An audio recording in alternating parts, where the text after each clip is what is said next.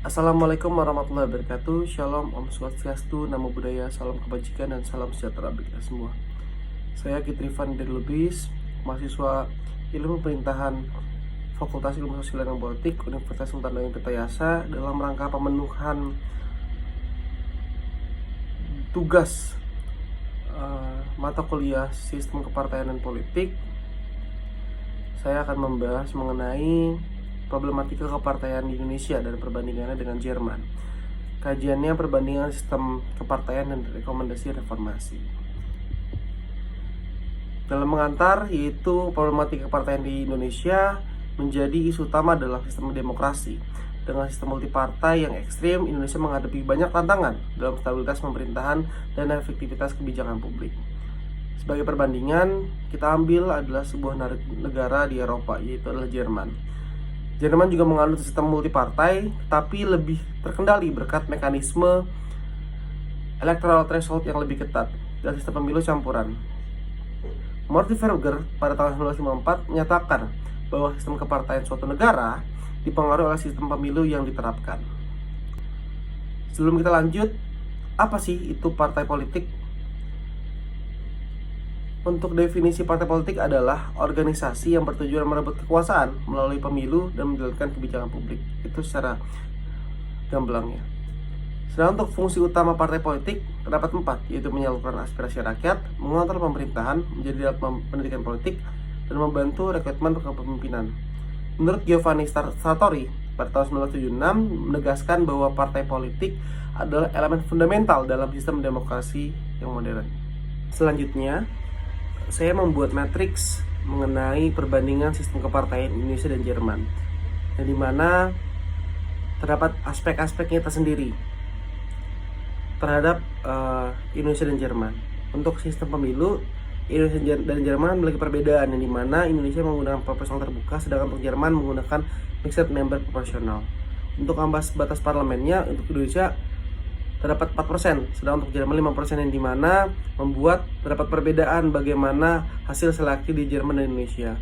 Untuk jumlah partai di parlemen, dari hasilan tadi di Indonesia terdapat 4%, sedangkan untuk di Jerman adalah 5%, yang menyebabkan untuk di Indonesia terdapat 990 partai yang bisa masuk ke dalam parlemen.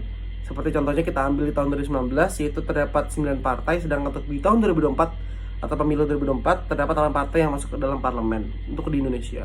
Dan untuk di Jerman, karena ambang batas parlemennya terdapat 5%, yang masuk ke dalam parlemen sekitar 5 atau 7 partai. Untuk stabilitas koalisi, untuk di Indonesia sendiri ini rendah, atau kita bisa lihat pragmatis, yang dimana terdapat perubahan. Sedangkan untuk di Jerman ini sangat tinggi untuk basis ideologinya, yang dimana di negara Jerman partai-partai ini kuat, tidak melakukan hal-hal yang pragmatis. Untuk pendanaan partai di Indonesia sendiri, walaupun memang terdapat APBN yang diberikan oleh negara, terdapat minim pengawasan yang menyebabkan banyak penyalahgunaan dari keuangan itu sendiri. Sedangkan untuk di Jerman transparansinya sangat tinggi dan diawasi oleh ketat oleh pemerintah. Untuk pola pembentukan koalisi, untuk di Indonesia sendiri sering berubah-ubah, sedangkan untuk Jerman ini karena memiliki ideologi yang sangat kuat, memegang ideologi yang sangat kuat, menyebabkan stabil dan berbasis kesamaan visi. Untuk dominasi partai, tidak ada partai yang mayoritas tunggal, sedangkan untuk di Jerman ada koalisi partai kuat dan yang stabil. Berikutnya, apa sih masalah kepartaian di Indonesia? Terdapat 4 masalah yang ada di Indonesia. Yang pertama adalah fragmentasi partai, yaitu dampaknya sulit mencapai konsensus kebijakan di parlemen.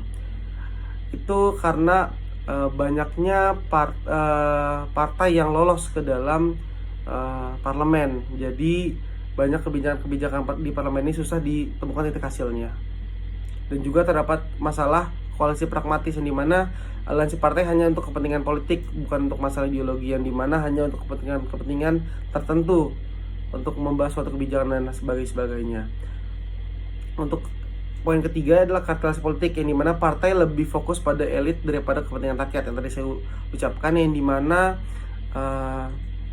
hal-hal yang harusnya diutamakan demi kebersamaan bersama partai sendiri ini karena terdapat kapitalisasi politik atau partai kartel, yang dimana mementingkan bagaimana elit-elit atau partai dalam partai tersebut difokuskan. Dan terus yang keempat adalah threshold tidak efektif. Jumlah partai tetap banyak meskipun aturan yang diperketat. Maksudnya itu adalah walaupun jumlah partai yang masuk ke dalam parlemen banyak, tetap banyak dikarenakan aturannya yang ada, walaupun sudah 4%, juga walaupun sudah di regulasi diubah agar 4% ini partai tidak terlalu banyak. Pada saat ini hanya ada penurunan dari tahun 2019 ke 2024, hanya satu partai yang hanya kekurangan satu partai dari 9 ke 8 yang dapat kita simpulkan kalau jumlah partainya walaupun threshold ini ada perubahan di tahun 2019 ke 2024 masih tidak efektif. Apa sih keunggulan? Kenapa saya bandingkan dengan sistem kepartaian di Jerman? Untuk keunggulan sistem kepartaian di Jerman, yang pertama ada 4 poin. Yang pertama itu ada stabilitas pemerintahan lebih baik. Jadi partai-partai ini membangun koalisi berdasarkan visi dan platform yang jelas, karena hal ini berdasarkan ideologi politik partai, bukan sekedar kepentingan elektoral. Terus juga yang kedua adalah efektivitas pengambilan keputusan, yang dimana dengan jumlah partai yang lebih sedikit di parlemen, kebijakan dapat dirancang lebih cepat dan tepat sasaran. Dan yang ketiga, pendanaan partai transparan, yaitu pengawasan ketat oleh negara mencegah korupsi dan dalam pendanaan partai. Yang keempat juga pemilihan yang lebih representatif. Sistem MMP atau Mixed Proportional ini memungkinkan kombinasi pemilihan langsung dan proporsional untuk hasil yang lebih adil. Untuk pelajarannya yaitu bisa menerapkan sistem mixed member proporsional untuk memastikan representasi yang lebih efektif. Kemudian meningkatkan ambang batas parlemen agar jumlah partai lebih terkendali, mendorong koalisi berbasis ideologi bukan sekedar kepentingan politik. Kemudian yang berikutnya pengawasan pendanaan partai politik untuk menghindari kartelisasi politik dan korupsi. Yang terakhir adalah membatasi jumlah partai dalam parlemen melalui aturan ketat agar lebih efektif dalam pembuatan kebijakan. Karena sampai saat ini adanya semena-mena karena terus juga pembahasannya lebih lama karena terlalu banyak partai yang membahas. Terus juga seperti kita ambil contohnya adalah RUU TNI yang sekarang sedang viral, yang dimana yang ada di dalam parlemen ini sendiri dianggap semena-mena terhadap rakyat. Baik, sekian dari saya. Terima kasih. Wassalamualaikum warahmatullahi wabarakatuh.